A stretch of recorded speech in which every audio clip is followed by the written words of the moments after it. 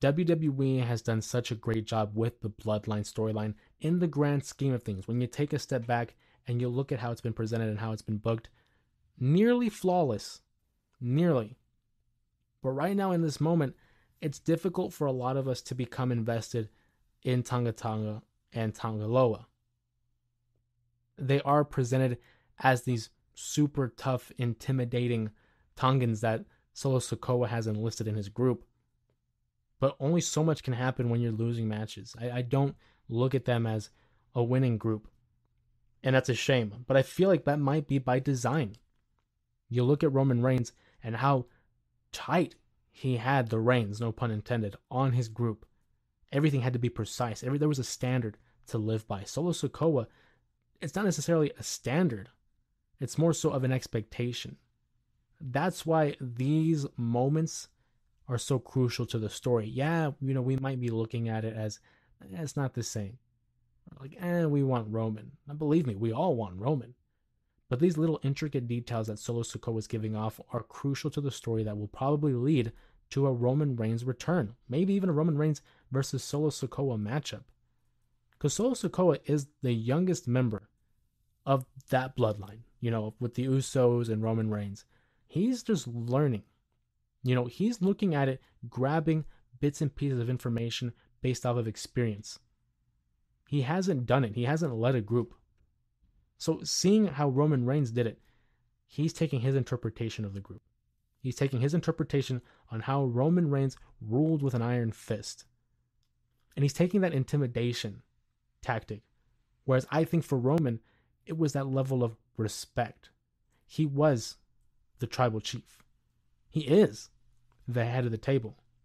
It carried that level of expectation, that respect to the title, that respect to being the leader of the bloodline. Whereas Solo Sikoa is like the intern. He's the for the time being, really. And just because you can put a title on someone, that doesn't necessarily mean they fit the title. Like I said, Solo Sikoa is still learning. I don't anticipate anything big from this matchup with Cody. What I am very much interested in is the callbacks. Because Cody's synonymous with the bloodline, with that WrestleMania 39 feud, with him dethroning Roman Reigns' 1,316-day title reign. This is now that opportunity for Solo Sikoa to say, I need my retribution.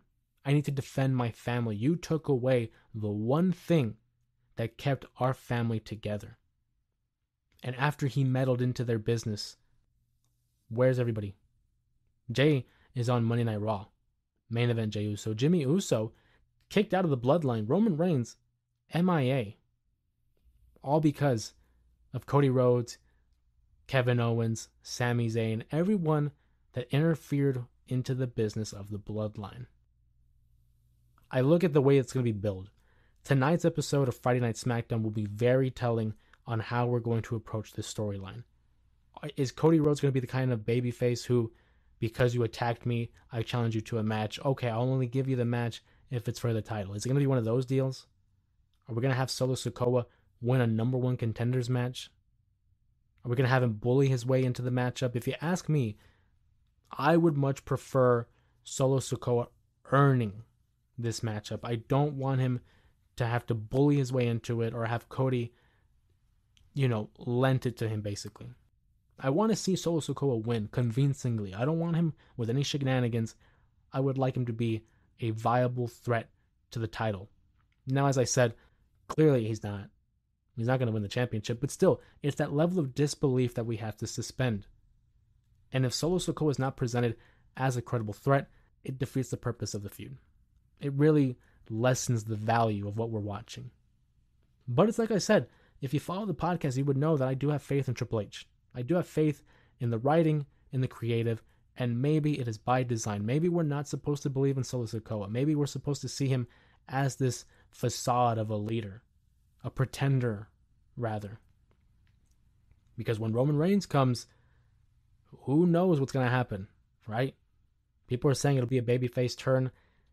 I feel like it'll be much along the lines of like a tweener. Look at like an MJF, for example. MJF's a heel. I don't care what anybody says. MJF is always going to be a heel because of the way he presents himself. Now, we like it. We're fans of it. We support him. We cheer him. But that doesn't change the fact that he is a heel. I think that's going to be Roman. Roman's going to have a lot of the same characteristics that he had in the Bloodline. It's just going to be directed towards different people.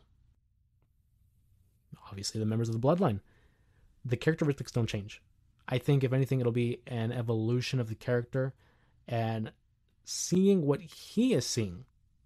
Because assuming he's keeping up with the product, kayfabe-wise, in story, he's now going to have to react accordingly. I'm the tribal chief. I'm the head of the table. Even if he doesn't have the championship, what gives Solo Sikoa the right? Yeah, he has the opportunity to watch over the group, but he's not definitively the tribal chief. And I know people are going to say, well, he said he was the heir.